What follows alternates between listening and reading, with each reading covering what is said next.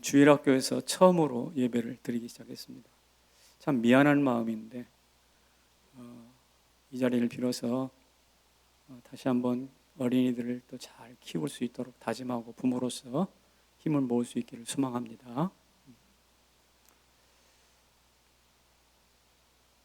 오늘 말씀은 에스라입니다. 에스라는 주전 458년, 예수님 오시기 458년 전에 1차, 2차, 3차 귀환이 있었는데 2차 귀환 때 예루살렘으로 돌아옵니다. 이방 총독들이 막 항의 문서를 왕에게 보내서 예루살렘 성전 건축이 중단되었다가 다시 완공된 때 즈음이에요. 이제 에스라는 아론의 16대 손이라고 합니다. 아론으로부터 16대 손, 꽤 시간이 많이 흘렀죠.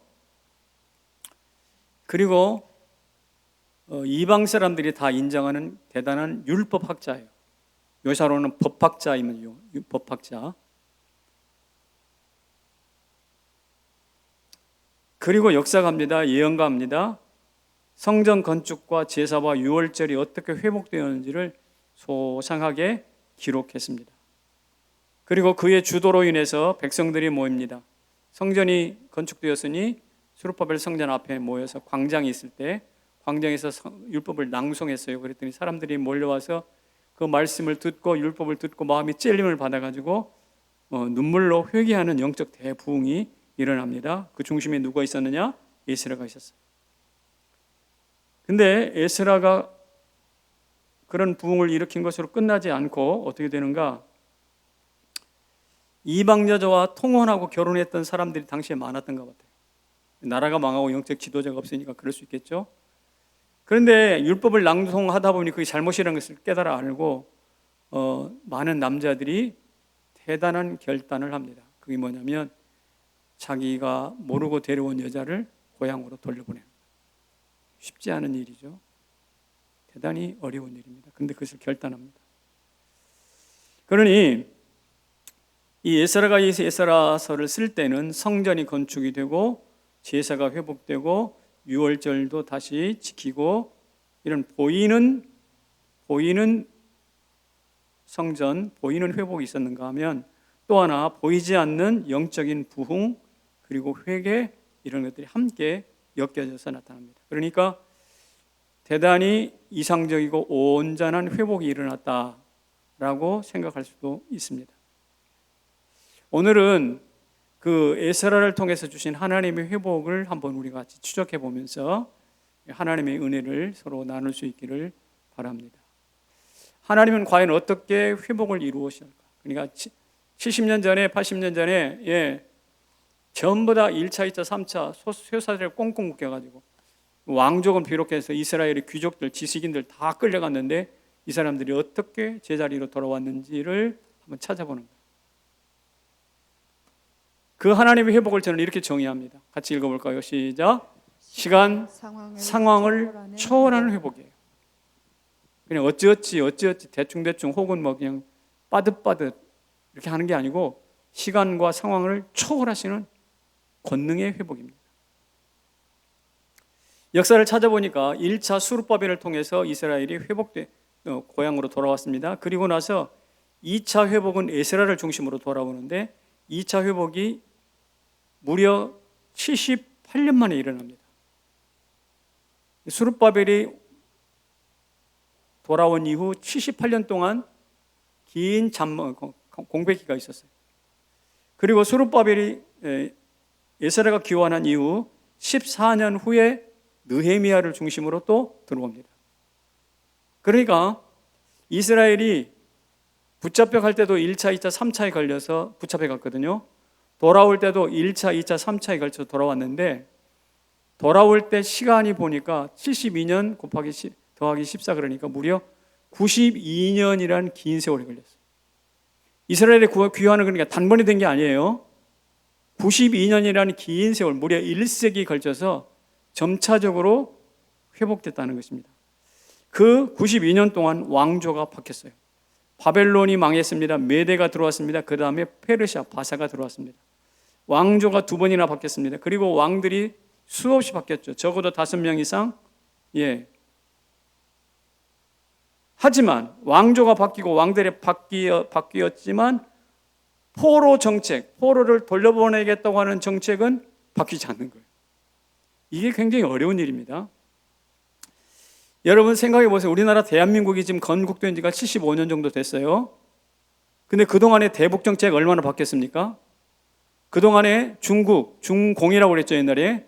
중공이란 나라가 원수 중에 원수였는데 어떻게 됐나요? 지금은 무역 파트너로서 엄청납니다.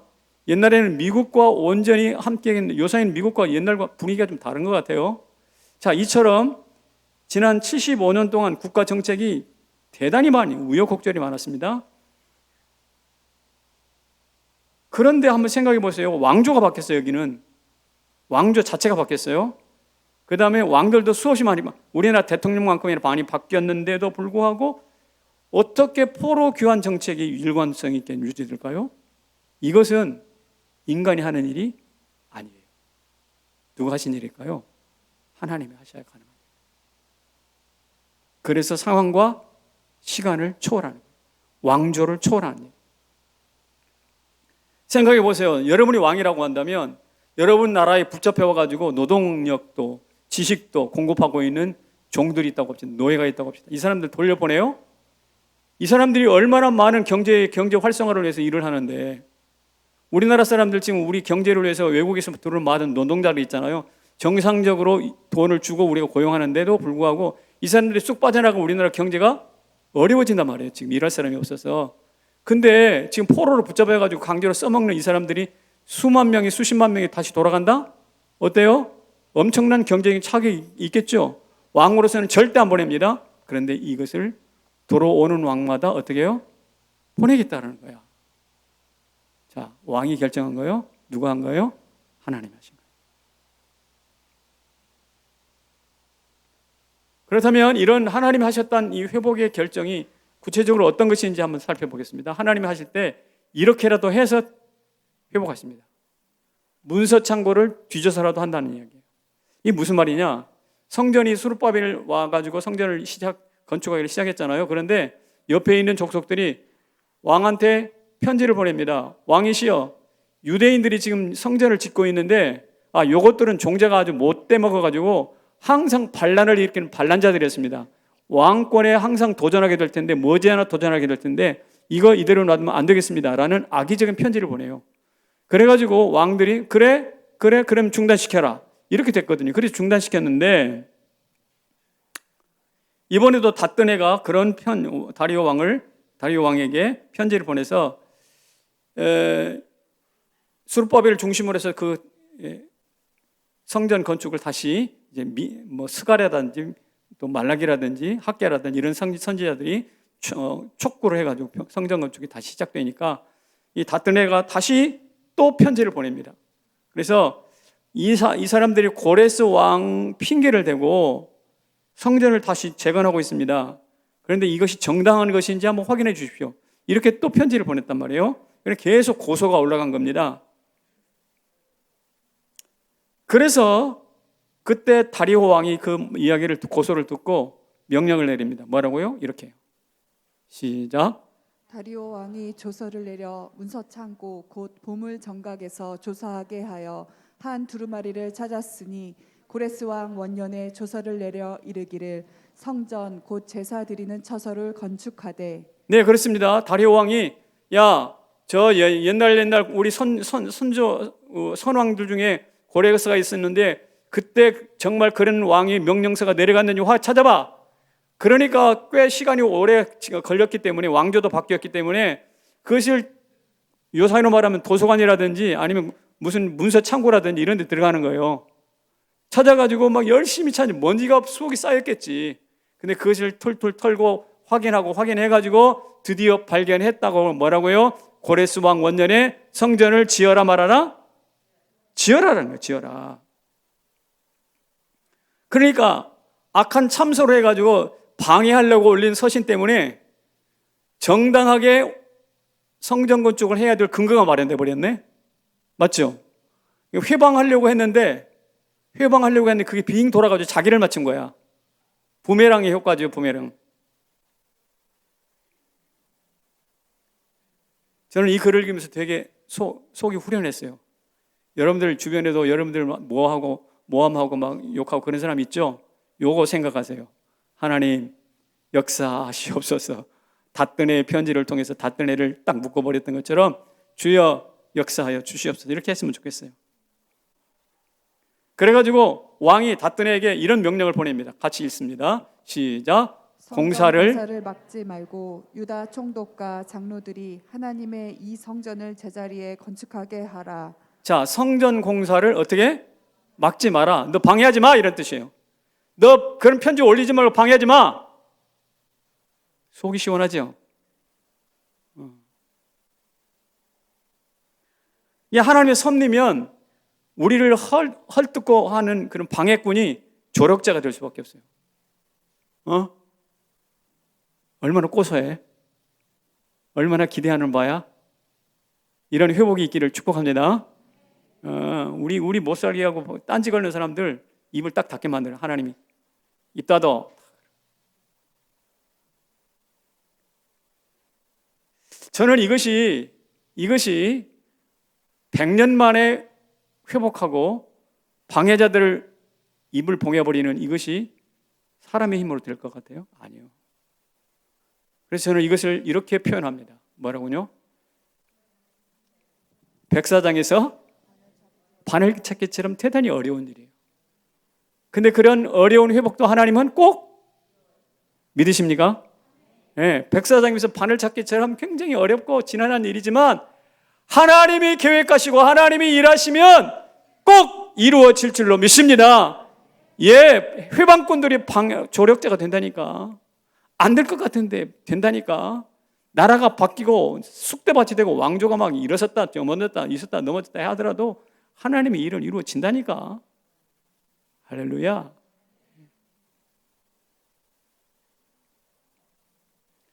그런데 말입니다.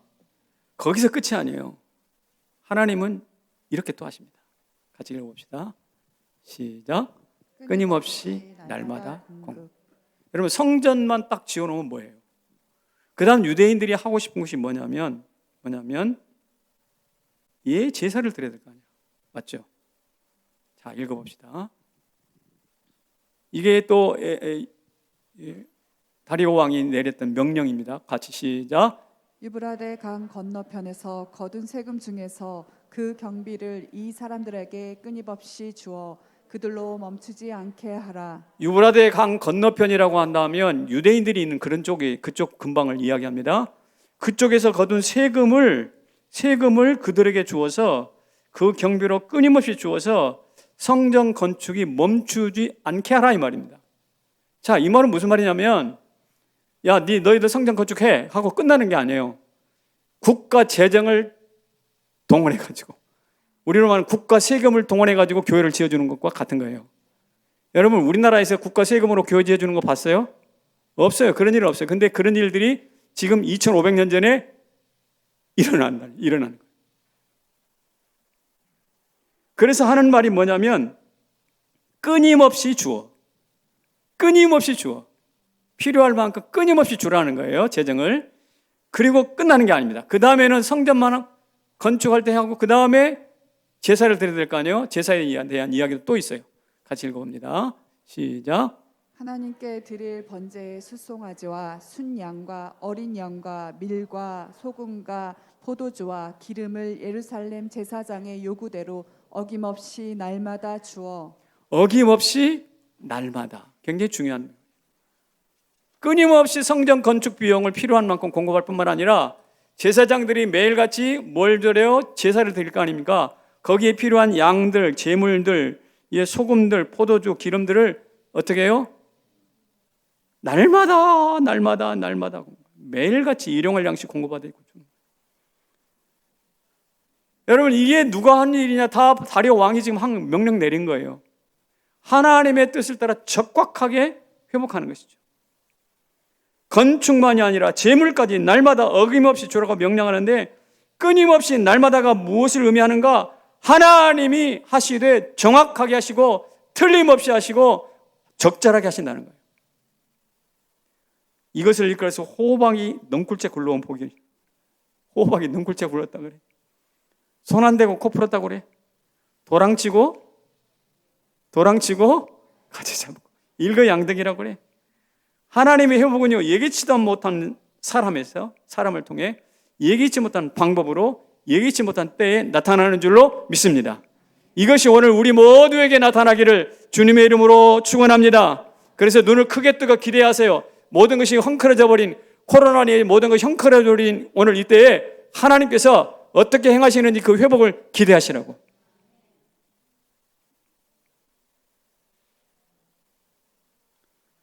자, 그럼 제물만 드리고 성전 건축하고 제물만 드린 것이 전부가 될까요? 또 그것도 아니에요. 우리 하나님은요, 더 정확하게 한 걸음 더 나가세요. 같이 봅시다. 시작. 기도. 본질의 회복. 본질을 회복하라고 명령합니다. 뭐라고 말합니까? 10절에 봅니다. 10절. 시작. 하늘의 하나님께 향기로운 제물을 드려 왕과 왕자들의 생명을 위하여 기도하게 하라. 성전 지었고 제물 드렸으니 이제 제물 드리면서 기도해라. 기도해라. 이게 본질이지 않냐? 무엇을 위해서 기도하냐? 많은 너희 민족을 위해서 기도해야겠지만 특별히 나와 내 왕자들을 위해서 기도해라. 이게 다리오 왕의 요청이에요. 그러니까 다리오 왕도 하늘의 하나님께 제사장들이 기도하면 복 주실 것을 아는 거예요. 그러니까 어쩌면 성전보다 더 중요한 것은 제물이고 제물보다 더 중요한 것이 본질이잖아요. 근데 그 세 가지를 이미 다 알고 있어요. 다리오 왕도. 그러니 하나님의 회복은 다리오 왕 이방인을 통해서 이루어지긴 하지만 그러나 부족하지 않아요. 핵심이 빠지지 않아요. 완벽해요. 충실해요. 날마다 어김없이 필요한 만큼 다 주세요. 이게 에스라가 우리에게 소개하고 있는 무엇이냐? 하나님의 회복입니다. 코로나로 인하여 모든 것이 무질서해버린 오늘 우리에게도 동일하게 회복되기를 축복합니다. 그래서 저는 이렇게 여러분에게 말하고 싶어요. 같이 읽습니다. 시작. 우리의 그렇다. 자, 큰 소리로 두 번 읽습니다. 시작. 우리의 회복도 그렇다. 아멘. 우리의 회복도 그렇다. 우리의 회복도 그렇습니다. 이것이 2500년 역사 속에 묻힌 사건이 아니라 성경의 문자 속에 갇힌 사건이 아니라 오늘도 하나님이 일하시면 여전히 재현되고 내 안에서 내 삶 속에서 일어날 수 있는 하나님의 회복이라는 것이에요. 사실 우리는 포로입니다. 어떤 포로입니까? 바벨론 포로가 아니라 코로나 포로예요. 우리가 예배를 드리지 못한 지가 1년, 제대로 정상적인 1년 6개월이 다 됐어요. 지금 올해 주일학교에서는 올 들어서 지금 처음 대면 예배를 드리고 있어요. 아이들이 우리 교회에 얼마나 와서 뛰어놀았는데 주일날 토요일날 되면 우리 교회가 항상 시끌시끌했어요. 근데 아이들이 발길이 끊어진 지가 6개월이라고. 6개월. 아니 그 전보다 더 올해 들어서 한 번도 예배를 못 드렸는데 하나님께서 어떻게 해요? 지금 다시 시작하기로 우리 가운데 회복하기로 일하시는 것 같아요. 네? 그 일이 이루어지기를 축복합니다. 애들이 지금 코로나 포로가 됐다니까. 그래서 이스라엘 백성들이 해방을 갈구하듯이 우리는 백신을 갈망하는 것 같아요. 백신 언제 맞아야 돼? 백신 맞아. 이런저런 뭐 부작용 이야기가 있지만 여러분 부작용 때문에 부작용 들어서 백신 안 맞고 이렇게 유치한 짓 하지 마세요. 예? 하나님의 섭리를 신뢰하세요.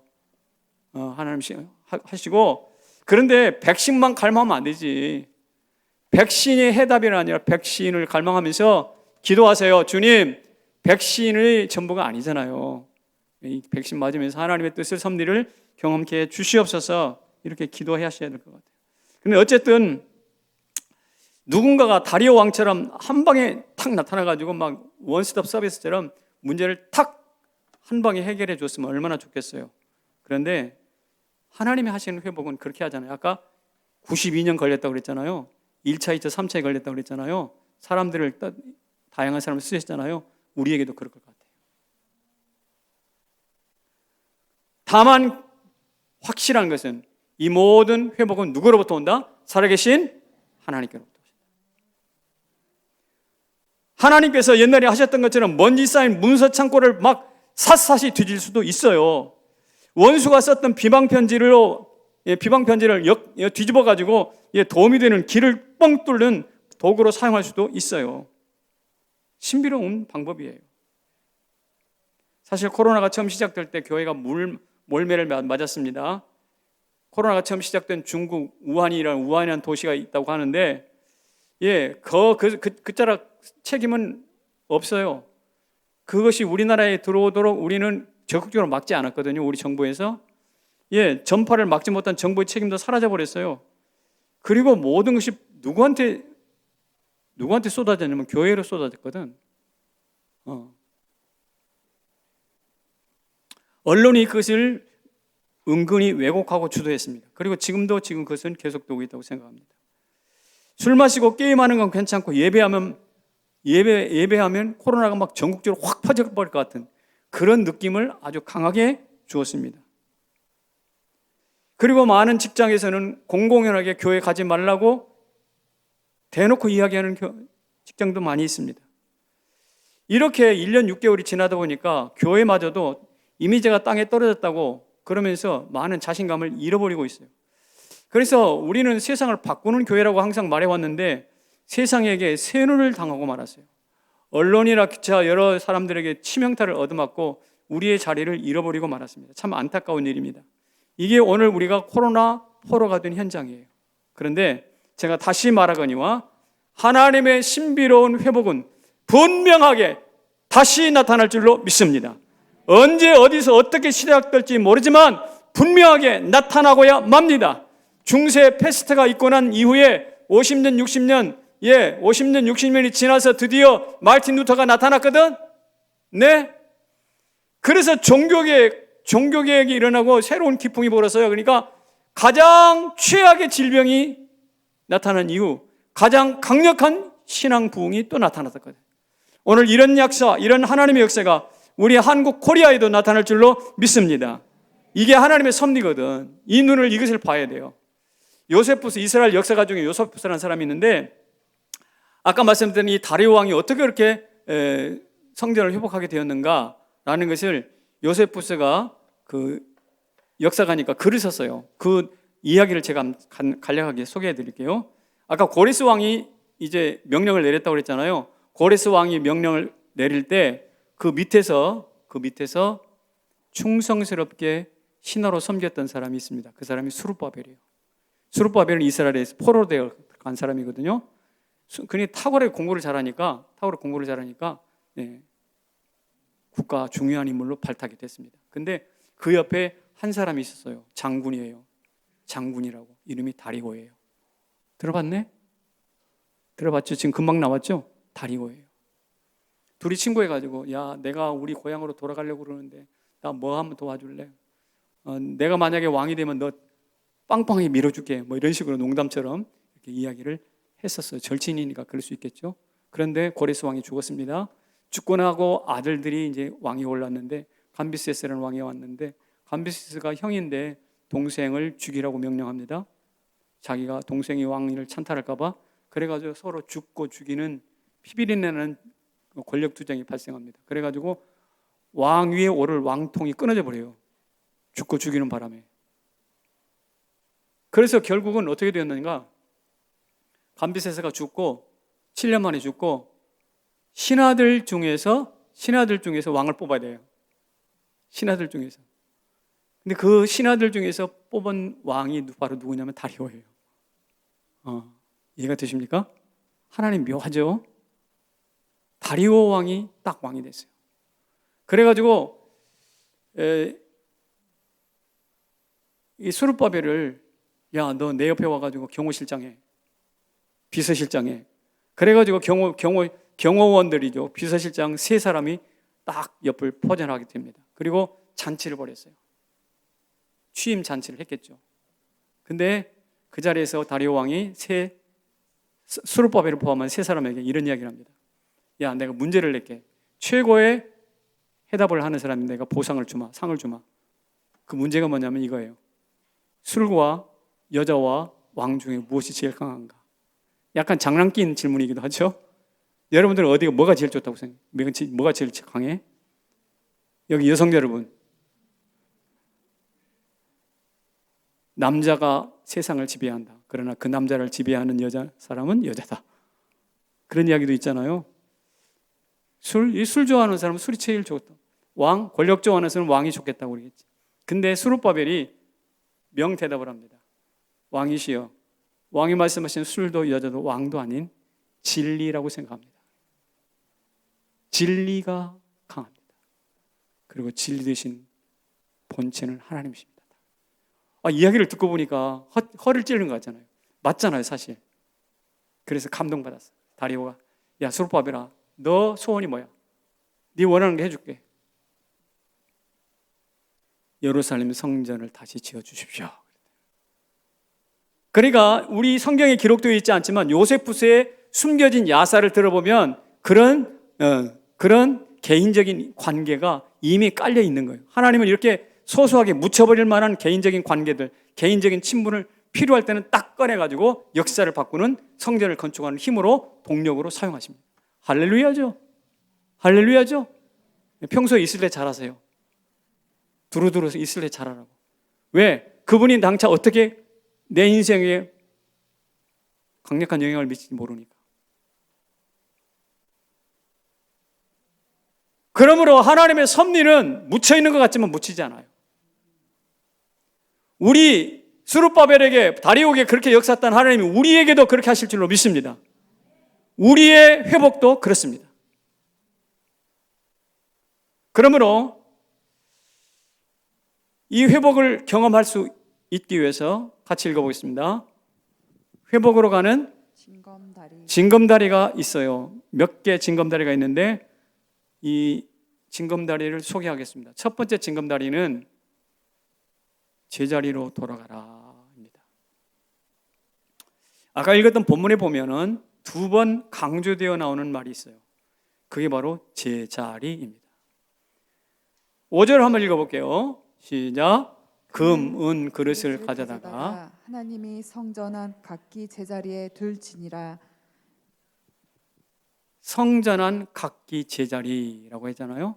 바벨론의 그 성전의 기명을 다 가져가 버렸거든. 뺏어가 버렸거든. 그래서 돌려주면서 얘들아 원래 성전 있었던 그 자리로 돌려놓으라. 이게 회복이에요. 그 다음에 7절도 한번 읽어봅시다. 7절에 시작. 이 성전을 제자리에 건축하게 하라. 성전 건축하자며, 그래, 성전 건축할 때 아무데나 하지 말고 원래 있었던 제자리로 가라. 엉뚱한 데 세우지 말고. 성전도 제자리, 성전 기명도 제자리. 따라서 회복은 제자리를 찾는 거거든요. 우리도 코로나로 제자리를 많이 벗어나 있습니다. 예배의 자리가 생소하죠. 기도의 자리 잃어버린 지 오래예요. 헌신의 자리도 빼앗긴 지 오래예요. 주일학교는 지난 6년 동안 교육받을 자리를 잃어버렸어요. 그러므로 우리 하나님께서 회복하실 때 우리 모두 엉클어지고 자리를 잃어버린 이탈된 자리, 제자리로 찾아가시기를 축복합니다. 예, 주일날 이제 몇 주 후면 지금 우리 장로님들하고 논의를 하고 있는데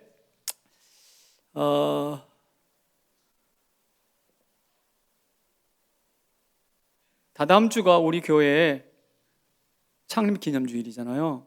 그때 순번제로 돌아가고 어느 구역만 나와서 이렇게 했었던 것을 이제 해제하고 자유롭게 예배드리는 첫 예배로 삼을까라고 생각하고 있어요. 장로님들하고 좀 협의를 하고 있는데요. 그렇게 되지 않을까 생각합니다. 여러분 왜 이런 작업을 하나요? 어디로 돌아가야 되니까? 제자리 가야 되니까. 제자리 가야 되니까. 지금까지 제자리로 빨리 돌아가지 못한 것을 대단히 안타깝게 생각합니다. 목사로서 여러분들도 빨리 기도의 자리, 예배의 자리, 축복의 자리, 생명의 자리로 돌아오시기를 주의 이름으로 축원합니다. 저도 그런 생각을 하다 보니까 몇 주 전에 교역자들과 함께 옛날에 우리가 했던 마터 페스티벌 동네방네 참 대단했던 축제 아닙니까? 예, 2,000명, 3,000명이 와가지고 밥 먹고 가고 얼마나 이 성남 시장도 오고 이 성남 땅이 들썩들썩했던 거 아닙니까? 그 현장 사진을 돌아보는데 그때 보니까 너무 가슴이 뭉클해요. 야, 하나님이 저런 일들을 우리를 통해서 사용하셨구나. 그때가 은혜였어. 빨리 저 자리로 돌아가고 싶어.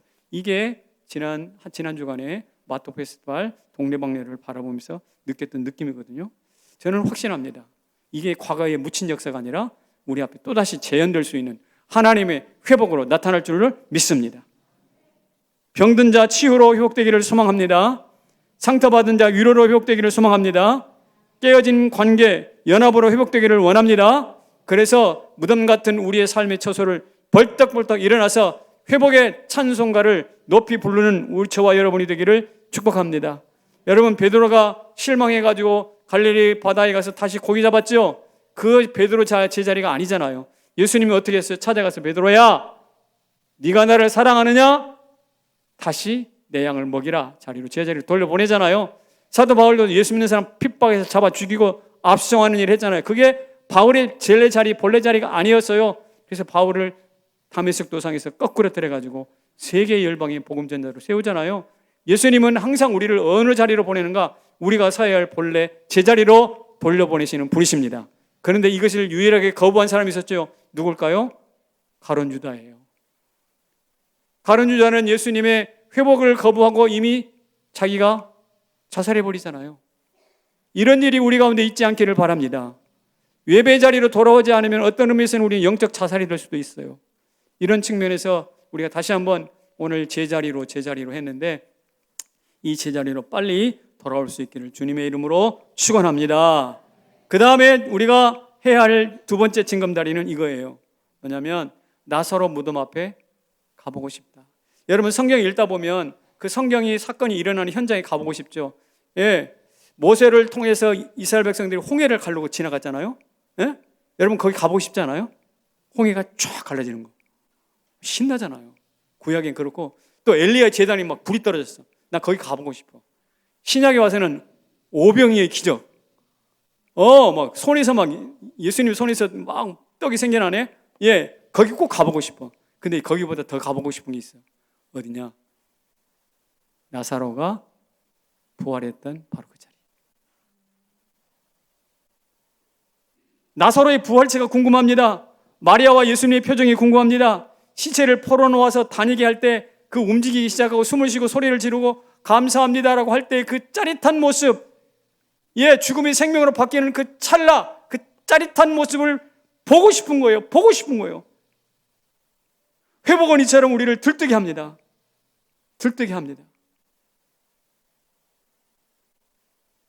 우리 제자리 돌아가지만 또 하나, 나를 주여, 나사로가 무덤에서 뛰어나와서 펄펄 뛰던 바로 그 회복의 자리, 부활의 자리로 우리를 데려가 주시옵소서. 이런 기도 하실 수 있기를 바라요. C.S. 루이스라는 변증가가 있는데 그가 평생을 혼자 살다가 65세를 살았어요. 올해 제가 65세인데 65세밖에 못 살았어요. 근데 이 사람이 몇 살에 결혼할까요? 59세에 결혼합니다. 그것도 암 환자하고. 조이라는 작가인데요. 암 환자하고 결혼하죠. 근데 이들이 친구로 아내로 만나서 교제를 나눈 지는 딱 10년 정도밖에 안 돼요. 그런데 그 10년이 짧은 시월이지만 굉장히 깊은 사랑과 공감과 연대를 이루었던 것 같아요. 하지만 결국은 둘을 암이 갈라놓잖아요. 루이스는 정말 깊이 슬퍼합니다. 그러면서 이런 말을 했어요.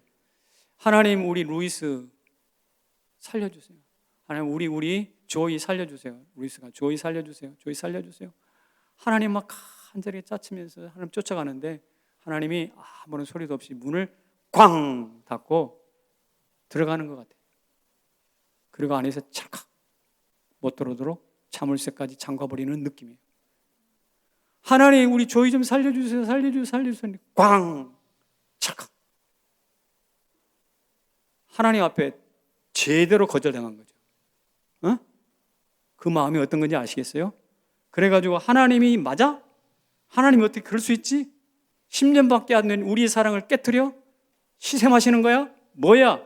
꽃이 피기도 전에 꺾어버려? 이런 하나님이 진짜 하나님 맞아? 하면서 하나님께 막 강력하게 저항하고 문을 박차고 막 발로 차면서 하나님께 저항하는 것이죠.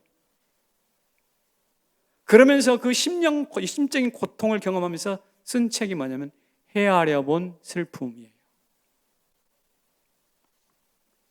제가 읽어보니까 좀 어려운 책이긴 한데 어쨌든 이 C.S. 루이스 책이 좀 어렵거든요.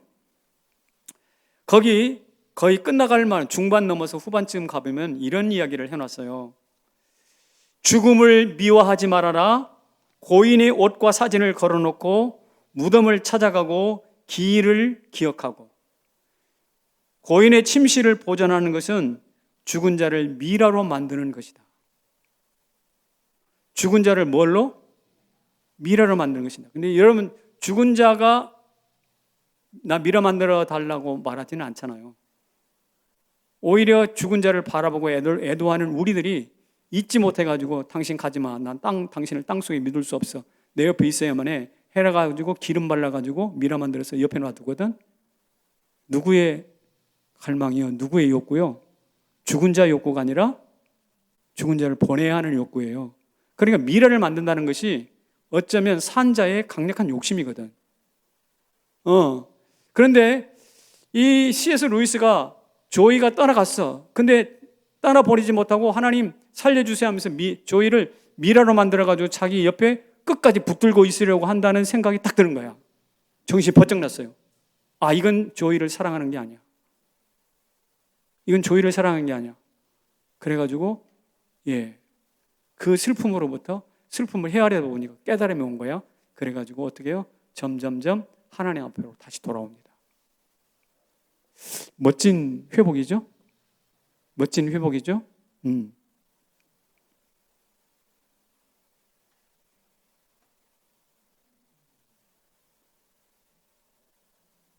그래서 우리는